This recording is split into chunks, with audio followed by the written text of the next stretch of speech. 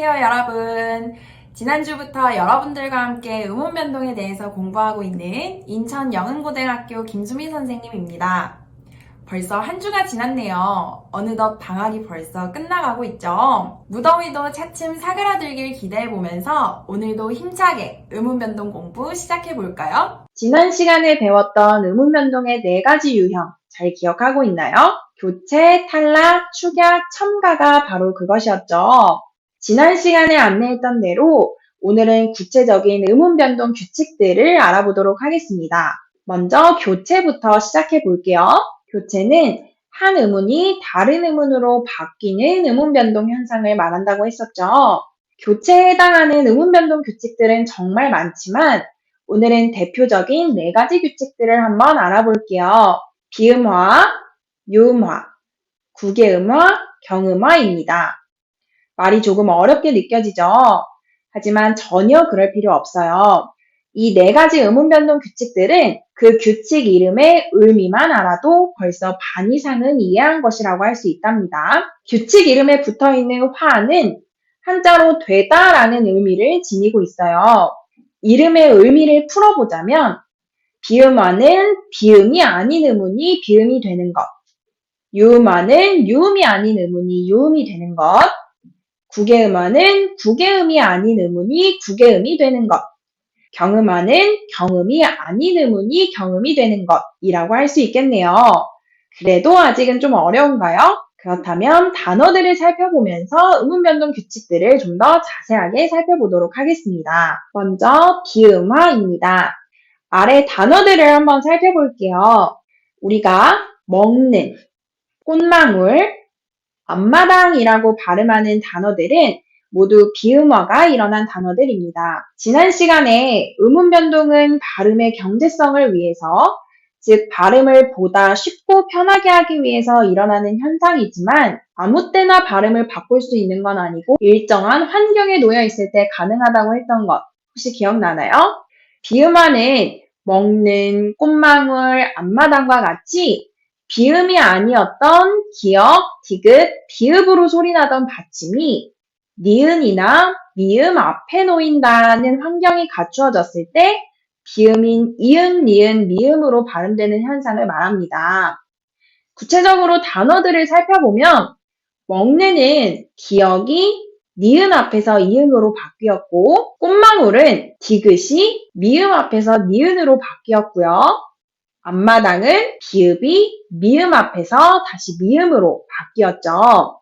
다음으로는 유음화가 일어난 단어들을 한번 살펴볼게요.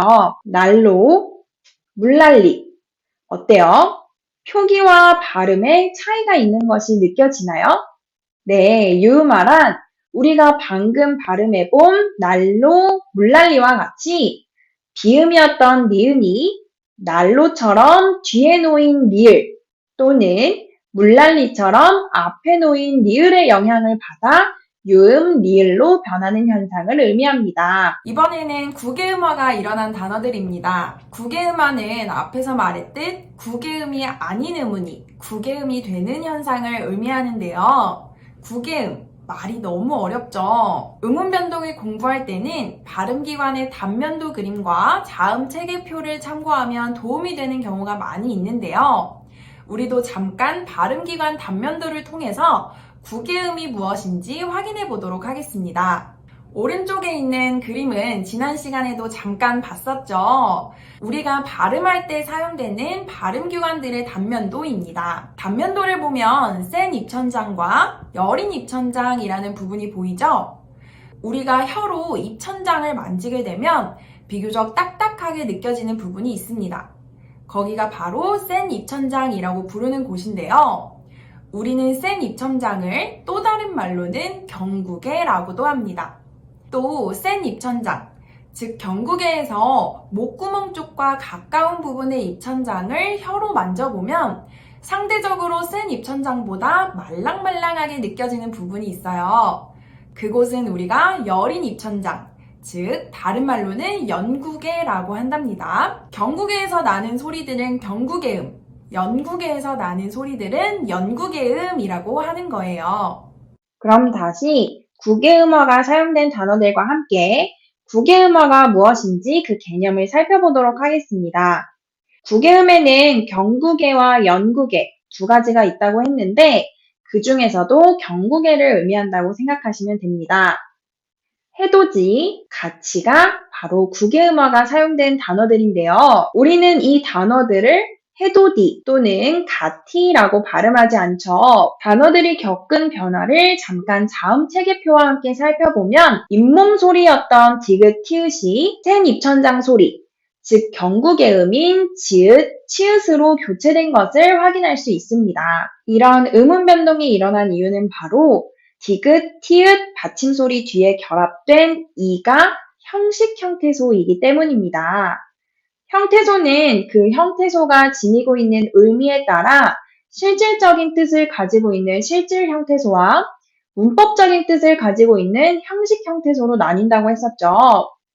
즉 여기서 해돋이의 이와 가치의 이는 모두 접사라는 문법적인 기능을 해주는 형식 형태소이기 때문에 끝소리 디귿과 티읕이 각각 지읒과 치읓이 되는 것이랍니다.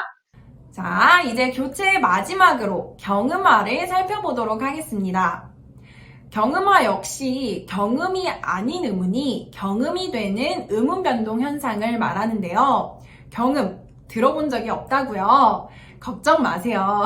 이미 여러분들은 경음이 무엇인지 알고 있습니다. 잠깐 자음 체계표를 확인해 볼게요. 경음의 또 다른 말은 된소리입니다. 자음 체계표를 살펴보면 좋은 방법에 따라 음운을 나눌 때 파열음, 마찰음, 파찰음 등으로 분류하는데 각각의 소리들은 또 예사소리, 된소리, 거센소리로 구분하고 있죠. 예사소리보다 더 근육들을 긴장시키면서 내는 강한 소리가 바로 된소리입니다. 선생님이 화면에 표시해 놓은 대로 쌍기역, 쌍디귿, 쌍비읍, 쌍지읒, 쌍시옷 등과 같이 우리가 흔히 쌍자음이라고 부르는 것들이 바로 이 된소리, 경음에 해당합니다. 즉, 우리가 된소리 되기 또는 경음화라고 부르는 이 음운 변동 현상은 예사소리인 기역, 디귿, 비읍, 시옷, 지읒이 된소리로 바뀌어 발음하는 경우를 의미합니다.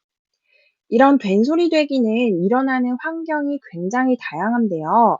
첫 번째 환경부터 알아보도록 하겠습니다.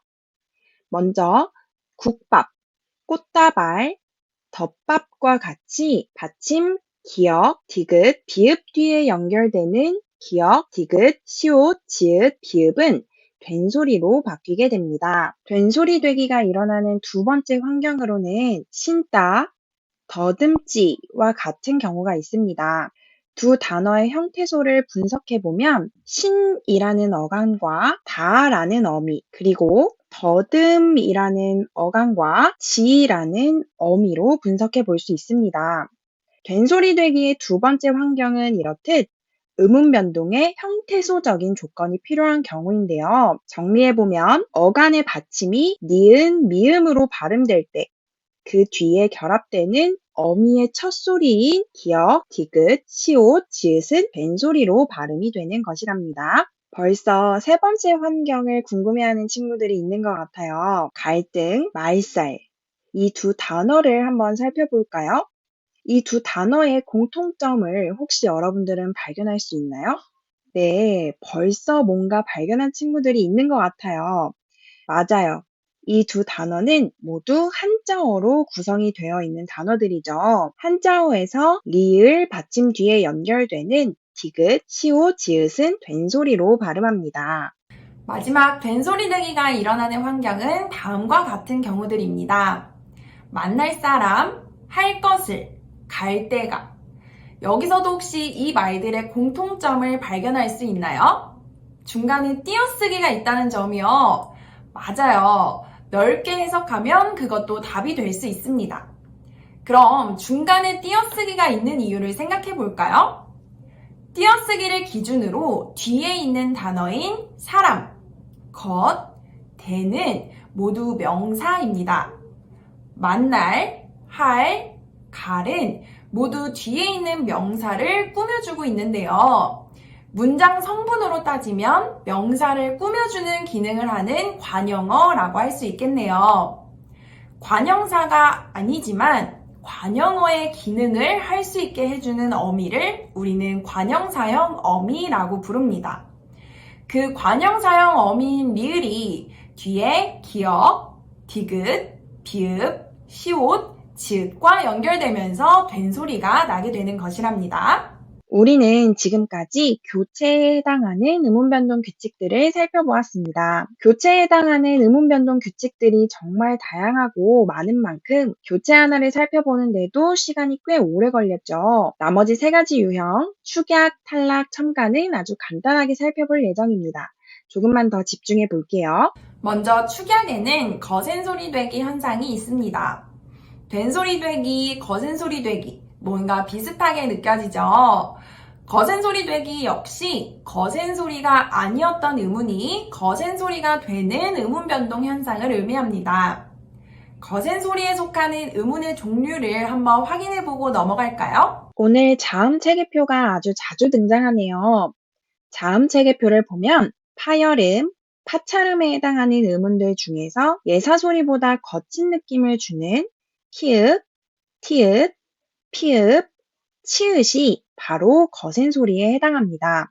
예사소리가 거센소리가 될 때에는 필요한 의문이 하나 있어요. 예사소리를 거센소리로 만들어주는 아주 특별한 능력을 지닌 의문은 바로 히읗입니다. 이 히읗의 특별한 능력 덕분에 히읗이 기역을 만나면 키읔이, 히읗이 디귿을 만나면 티읕이, 히읗이 비읍을 만나면 피읍이, 히읗이 지읒을 만나면 치읓이 된답니다.